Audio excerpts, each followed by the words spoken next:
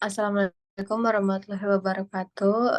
Kembali lagi bersama kami dari kelompok 8. Di sini kami akan membahas chapter 9 dari budget preparation.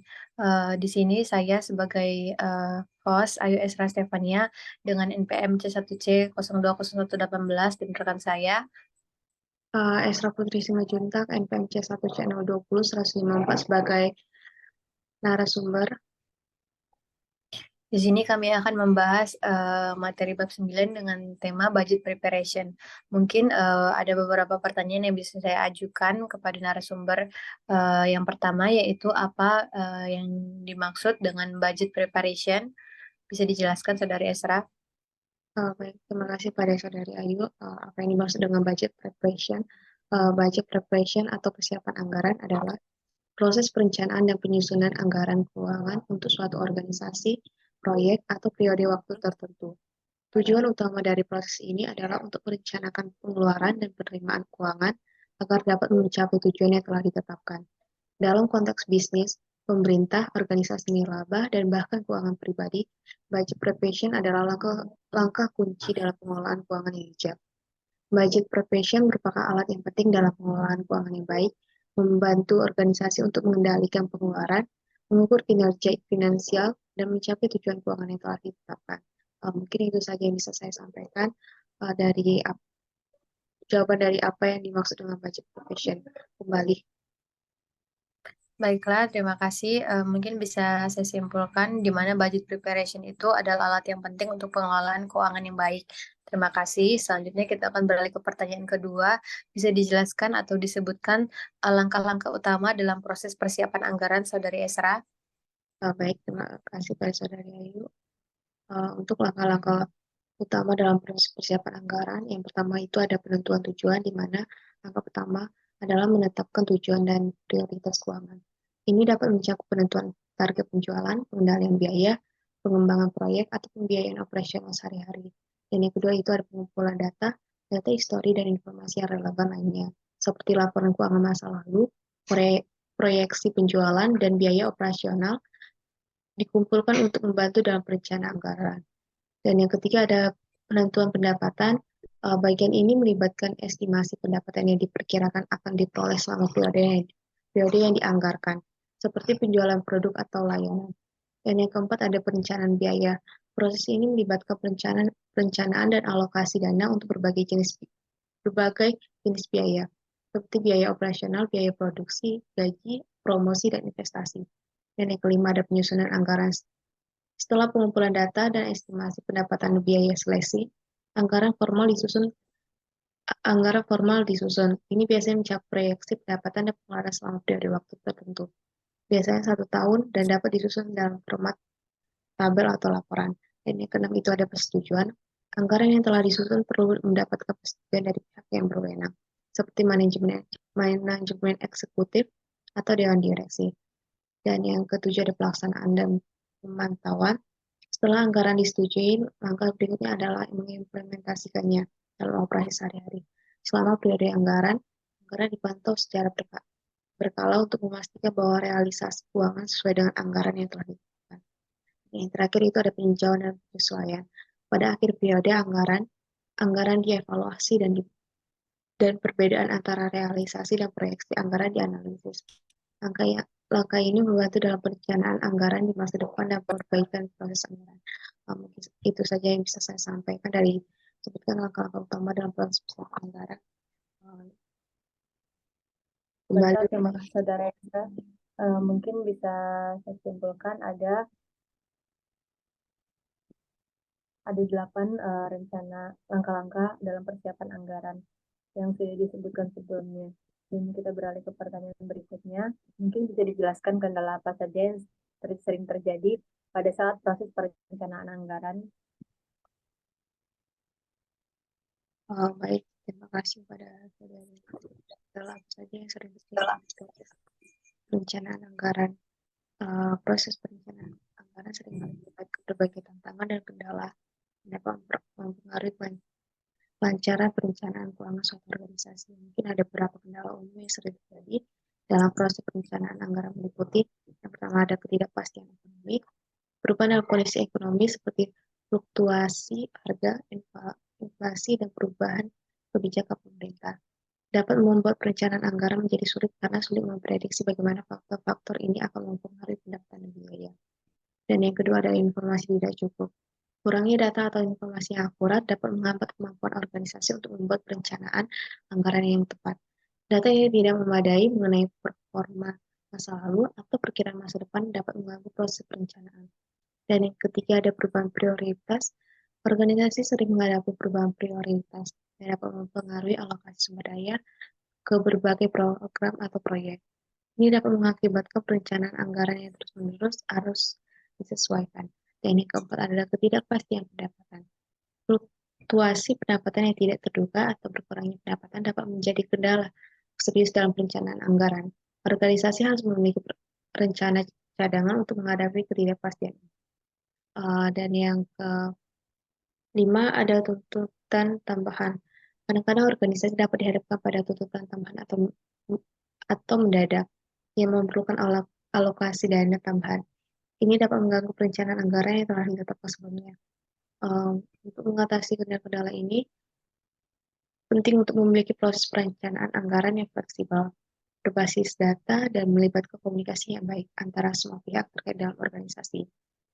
Selain itu, organisasi juga harus selalu memantau dan mengevaluasi perencanaan anggaran mereka agar dapat menyesuaikan dengan perubahan kondisi dan kebijakan yang mungkin terjadi. Mungkin itu saja yang bisa saya sampaikan kepada Saudari Ayu tentang kendala apa saja yang sering terjadi pada proses perencanaan anggaran. Baiklah, terima kasih. Mungkin bisa saya rangkum kendala yang terjadi dalam proses perencanaan anggaran itu ada 5, yaitu yang pertama ketidakpastian ekonomi, informasi yang tidak cukup, perubahan prioritas, ketidakpastian pendapatan, dan yang terakhir yaitu tuntutan tambahan. Terima kasih. Kita akan beralih ke pertanyaan berikutnya. Mungkin bisa dijelaskan di sini hal-hal apa saja yang dapat mengakibatkan anggaran akan mengalami kegagalan. Kepada Saudari Elvira dipersilakan. Baik, terima kasih pada Saudari Ayu. Hal-hal apa saja yang dapat mengakibatkan anggaran akan mengalami kegagalan.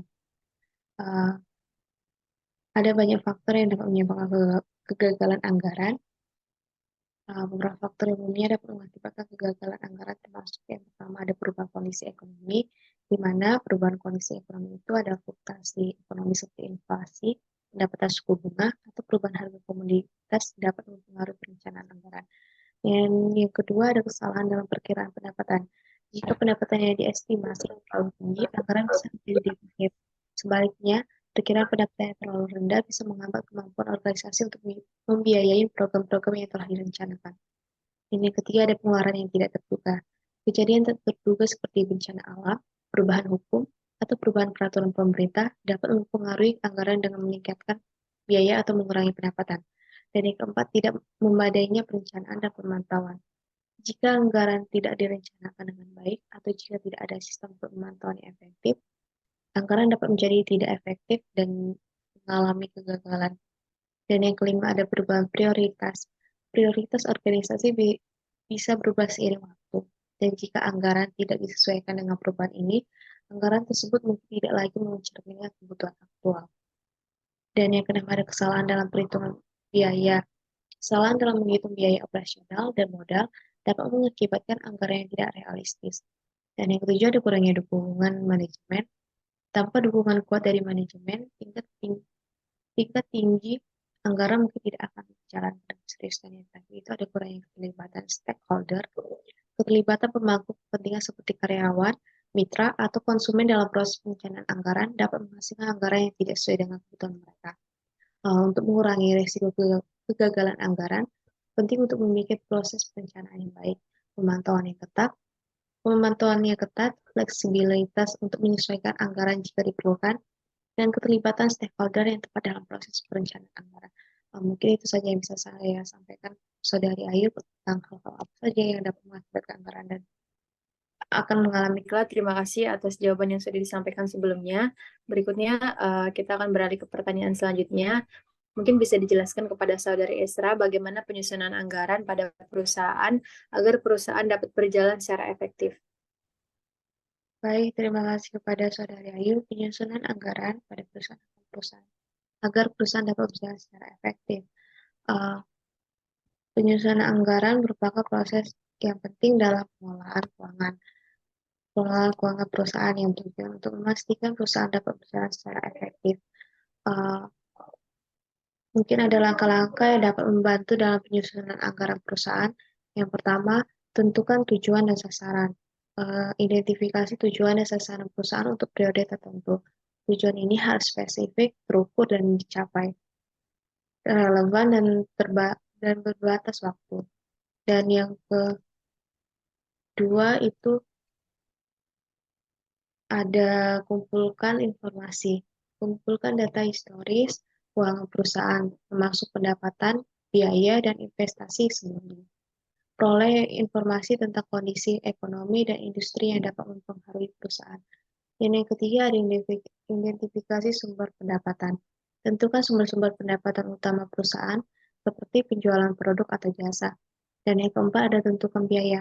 Identifikasi dan kategorikan semua biaya yang diperlukan untuk menjalankan bisnis, seperti biaya operasional, gaji karyawan, biaya produksi, dan biaya pemasaran. Dan yang kelima adalah lakukan perkiraan pendapatan. Berdasarkan informasi historis dan tren, perkirakan pendapatan yang akan dihasilkan oleh perusahaan. Dan yang keenam ada rencanakan pengeluaran. Rencanakan pengeluaran yang diperlukan untuk mencapai tujuan perusahaan. Ini termasuk biaya operasional, investasi, dan pengeluaran lainnya.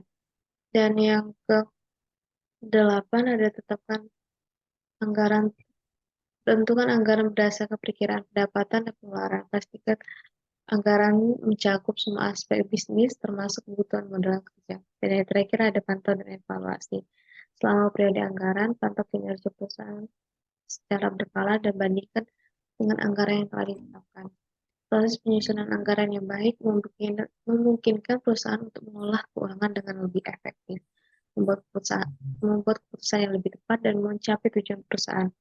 Selain itu, komunikasi dan keterlibatan tim yang baik adalah kunci keberhasilan dalam pelaksanaan anggaran dan pencapaian tujuan bisnis.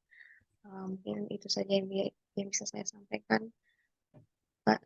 Bagaimana penyusunan anggaran pada perusahaan agar perusahaan dapat berjalan secara efektif. Kembali, Saudari Ayu. Baiklah, terima kasih. Mungkin bisa saya rangkum dari jawaban sebelumnya, yaitu penjelasannya, yaitu yang pertama dengan menentukan tujuan sasaran, mengumpulkan informasi, mengidentifikasi sumber pendapatan, menentukan biaya, melakukan perkiraan pendapatan, merencanakan pengeluaran, menetapkan anggaran, dan memantau serta mengevaluasi. Kita akan beralih ke pertanyaan berikutnya. Mungkin bisa dijelaskan kepada Saudari Esra mengenai salah satu pihak yang berperan dalam penyusunan anggaran, yaitu mengenai penjelasan apa itu komite anggaran dan tugas-tugas yang harus diemban dalam proses penyusunan anggaran. Bisa dijelaskan, Saudari Esra?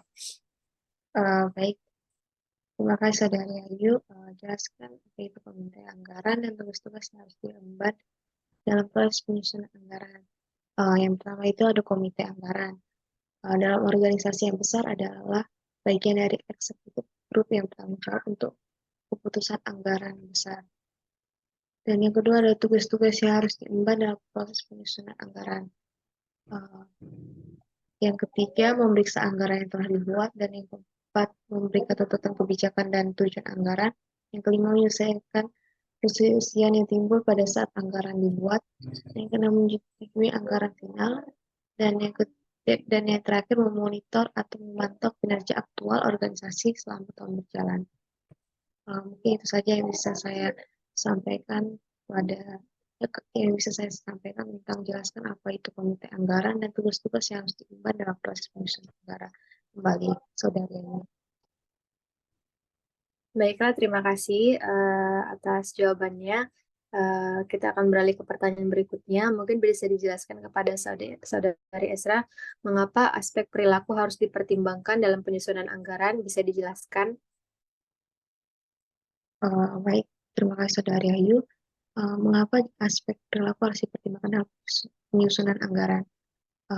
Karena dalam melakukan penyusunan anggaran haruslah dengan benar dan serealitas mungkin. Dan dalam penyusunan anggaran perlu diperhatikan perilaku para pelaksana anggaran dengan cara mempertimbangkan hal-hal.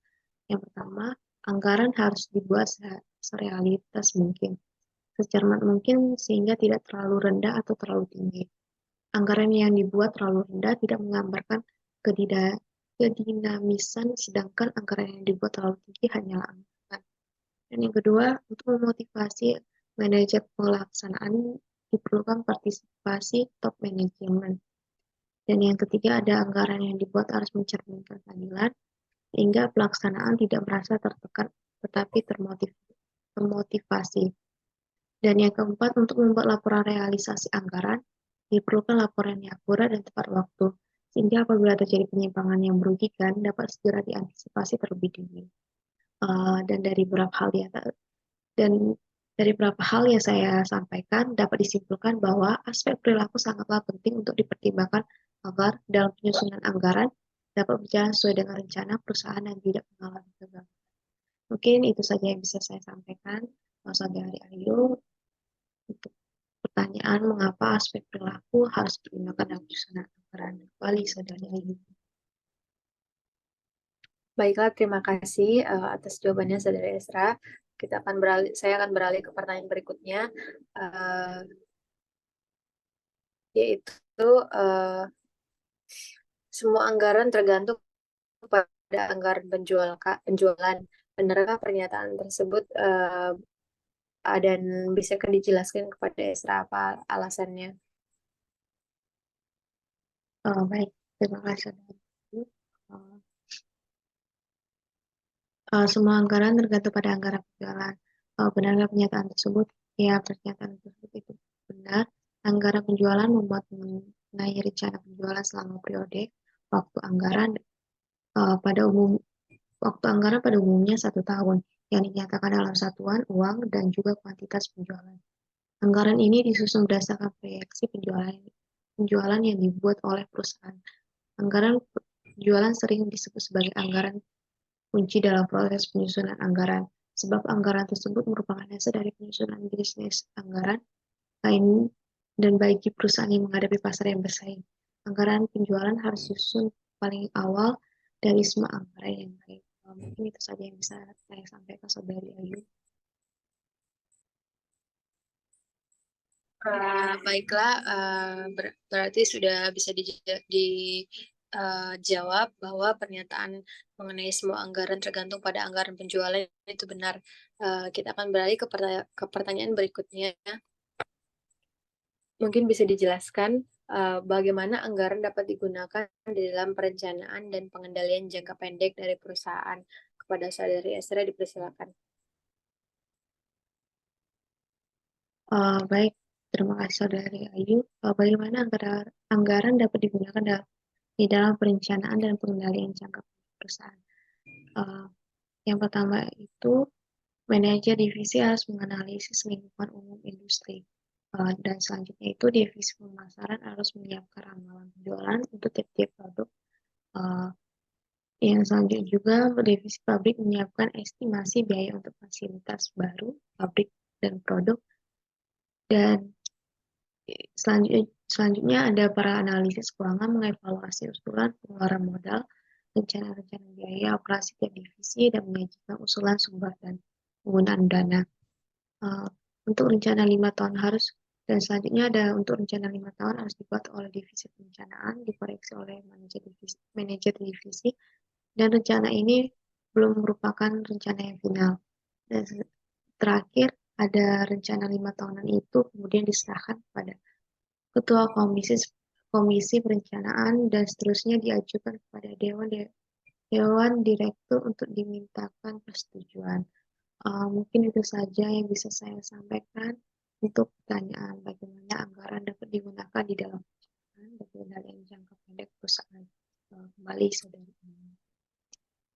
Baiklah, terima kasih. Mungkin bisa disimak dari penjelasan sebelumnya bahwa anggaran dapat dipergunakan dalam perencanaan pengendalian jangka pendek melalui penyampaian dari narasumber.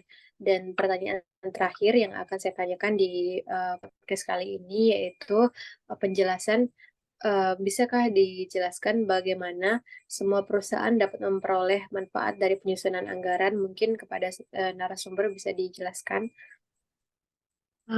Baik, terima kasih kepada saudara Ayu. Bagaimana semua perusahaan dapat dari penyusunan anggaran?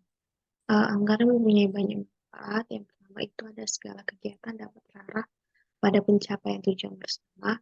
Dan yang kedua dapat digunakan sebagai alat menilai kelebihan dan kekurangan pegawai. Dan yang ketiga ada memotivasi pegawai. Dan yang keempat ada menimbulkan rasa tanggung jawab pada pegawai. Dan yang kelima ada menghindari pemborosan dan pembayaran yang kurang perlu. Dan yang keenam ada sumber daya seperti tenaga kerja, peralatan, dan dana dapat dimanfaatkan seefisien mungkin. Dan yang terakhir itu adalah pendidikan bagi para manajer. Mungkin itu saja yang bisa saya sampaikan. Kembali, Mbak. Baiklah, demikianlah penjelasan mengenai bagaimana perusahaan dapat memperoleh manfaat. Ada banyak manfaat, di antara lain tadi sudah ada 7 hal yang bisa disebutkan dari narasumber. Dan berakhirlah sesi podcast kita kali ini. Terima kasih kepada teman-teman yang boleh menyaksikan dan kiranya materi ini boleh berguna dan dapat menambah pengetahuan bagi teman-teman semua yang menyaksikan. Sekian podcast dari kami. Saya Ayu Esra Stefania NPM C1C020118 pamit undur diri dan rekan saya. Saya Esra Putri Simanjuntak, NPMC 020 154, pamit undur diri. Terima kasih. Wassalamualaikum warahmatullahi wabarakatuh.